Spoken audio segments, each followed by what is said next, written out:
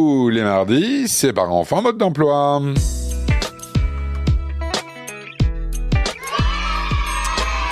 Ah oui, c'est un secret pour personne.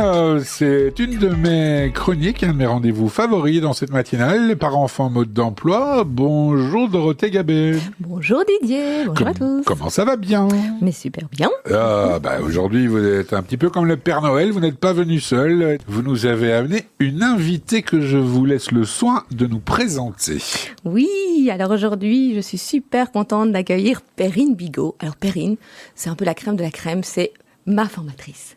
C'est elle qui m'a tout appris, je dois dire, que ça soit au niveau des octophones dont je vous ai déjà parlé. Absolument. Voilà. Des enfants à besoins spécifiques et vraiment plein d'autres sujets. Alors voilà, elle a plein de casquettes. Bonjour Perrine. Bonjour à toutes et à tous.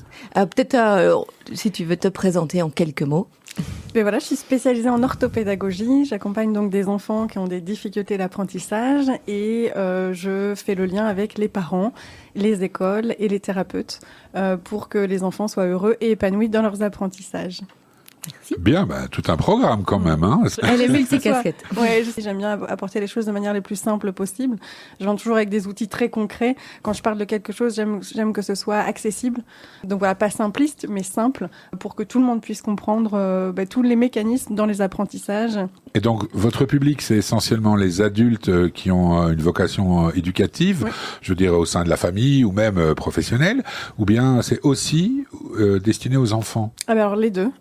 Je fais des pratiques des séances individuelles avec des enfants, des adolescents, surtout les enfants.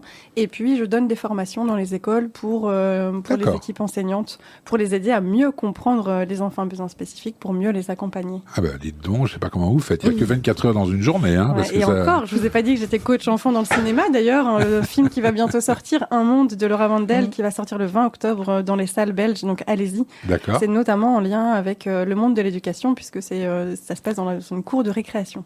Et aujourd'hui, donc parmi ces nombreuses casquettes, nous avons décidé de parler d'autonomie. Alors d'autonomie à la fois dans la vie quotidienne, donc comment donner des astuces aux parents, et aussi dans les apprentissages.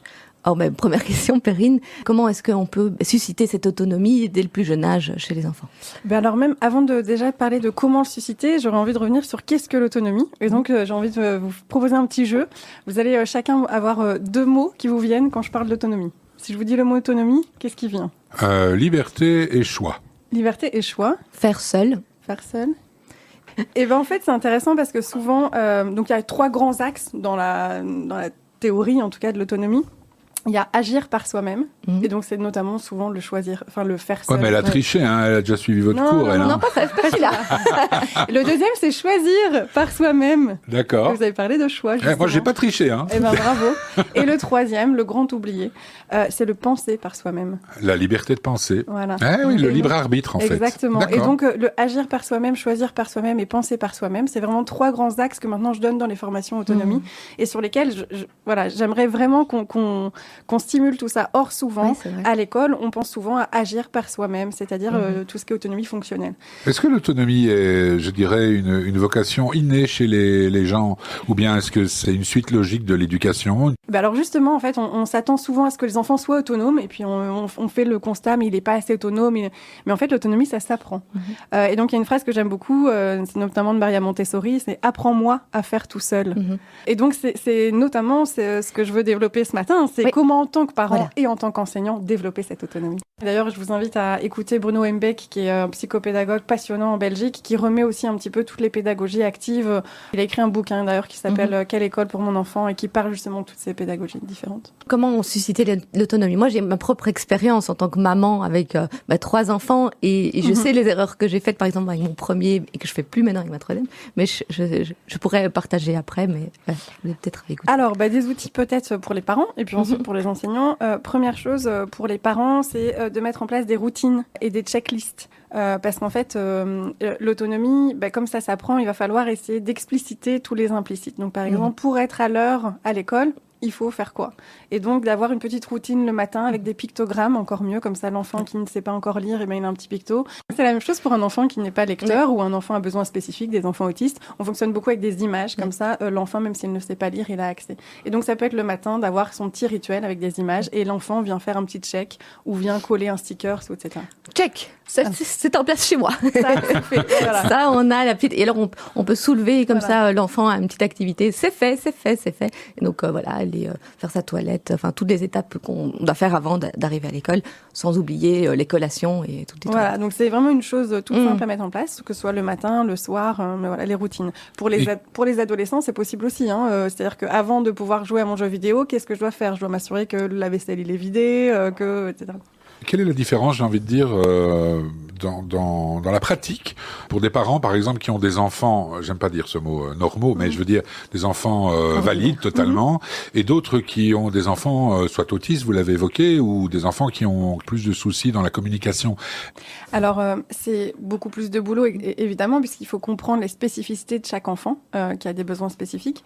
Mais en même temps, moi, j'aime beaucoup prendre l'apport de l'orthopédagogie, c'est-à-dire de la pédagogie pour les enfants à besoins spécifiques, pour en fait ouvrir toutes les portes.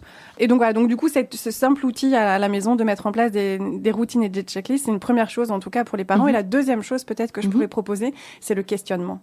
De questionner les enfants. Par exemple, si un enfant vous amène « Tiens maman, t'as vu mon dessin ?» ou « Tiens papa, t'as vu mon dessin ?» Souvent on a tendance à dire « Ah, il est joli, super !» et on le met sur le frigo et basta. Non, pour développer, vous vous souvenez du troisième axe de l'autonomie qui est le penser par soi-même, et bien de lui demander « Ah, merci, quel dessin super chouette, qu'est-ce que toi tu en penses ?» Est-ce que tu as fini ? Et donc d'être toujours dans « Qu'est-ce que tu en penses toi ?» Et après, de pouvoir donner son avis aussi en tant que parent. Mais sinon, l'enfant va toujours chercher la réponse dans le regard de l'adulte. Oui, donc c'est vraiment essayer effectivement de donner à l'enfant son référencement interne. Là, je cherchais le mot. Son référencement et aussi... de ne pas se comparer avec les autres et de savoir, de ne pas être sujet au regard des autres. Quoi. C'est ce qu'on appelle l'auto-évaluation. Savoir s'auto-évaluer, j'en suis où, est-ce que j'aime bien par rapport à mes émotions, est-ce que je suis fière, est-ce que c'était difficile. Donc de tout simplement poser ces questions. Et du coup, ça fait lien avec peut-être 2 outils pour les enseignants. Comment développer l'autonomie à l'école ? Une première chose, c'est de questionner beaucoup plus les enfants aussi sur tiens, qu'est-ce que tu en penses ? Pourquoi est-ce que là, tu n'as pas réussi ? Et du coup, la deuxième chose, ce serait par exemple de mettre un timer avec un petit temps et de dire voilà, là, les enfants, pendant 5 minutes, vous êtes chacun dans votre tête et vous notez le plus de choses que vous connaissez sur une feuille blanche. Et de les amener comme ça, ce qu'on appelle la métacognition, à faire vraiment le stop sur leurs pensées. Si déjà on mettait ça en place, moi je pense qu'on développe déjà l'autonomie. Une question peut-être un petit peu naïve. Est-ce que vous êtes pour la sincérité à outrance quand un enfant vient vous montrer un dessin? Est-ce que vous lui dites toujours « Ah, c'est super chouette » ou bien si vous le trouvez pas chouette, vous pouvez lui dire « Écoute, moi j'aime pas ». Alors dans ces cas-là, moi je suis pour justement tout le monde s'exprimer en jeu. Je pense que. Et toi, tu en penses quoi ? Et donc, soyons tous honnêtes les uns les autres sans se blesser. Oui, je suis d'accord avec ça. Ça s'appelle la communication non violente, la CNV. C'est vraiment que chacun puisse se positionner. Bien rigolé d'ailleurs. Peut-être, je voulais proposer un film pour tous les enseignants qui nous écoutent. Ce n'est qu'un début. C'est un film qui parle justement des ateliers philosophiques en 3e maternelle. Ok, super. Cette semaine, justement, a lieu le salon de l'éducation en Belgique. Et Perrine sera là pour représenter Métamo, donc parce qu'en fait tu coordonnes aussi un centre pluridisciplinaire. Tout à fait, et je serai là aussi donc pour donner des conférences pour expliquer le livre que je viens de sortir qui s'appelle Merci aux enseignants flexibles pour leurs aménagements aux éditions Atzeo, A-T-Z-E-O. Je vous conseille aussi un bouquin qui s'appelle Dis-moi comment apprendre, qui a été écrit par Catherine Vanham, qui nous plonge en tant qu'enseignant, en tant que parent, peu importe, dans justement cette planète tête. Et puis dernière chose que je peux vous proposer aussi, c'est le webinaire sur l'autonomie via les intelligences multiples sur les octophones. Vous allez voir sur octophone.org et il y a un super webinaire accessible pour tout le monde sur l'autonomie. Tout ça, nos auditeurs les retrouveront sur le podcast, les liens, etc. Dorothée ? Non, et je voulais juste terminer par dire que moi aussi, je serai là au salon éducation, j'en profite, le samedi. Donc, il y a une journée qui est pour les parents et je vais donner une conférence. Donc, dites-moi. Voilà, c'est une première conférence pour donner comment est-ce qu'on peut aider en tant que parents pour déployer les ailes de nos enfants. Eh bien, Dorothée, on se retrouve dans 15 jours, Oui, enfin, tous les 15 jours. Yes. Merci infiniment, Perrine, pour tous ces précieux conseils. Merci beaucoup, Perrine. Avec plaisir, merci de m'avoir invité. À bientôt. Belle journée à tout le monde.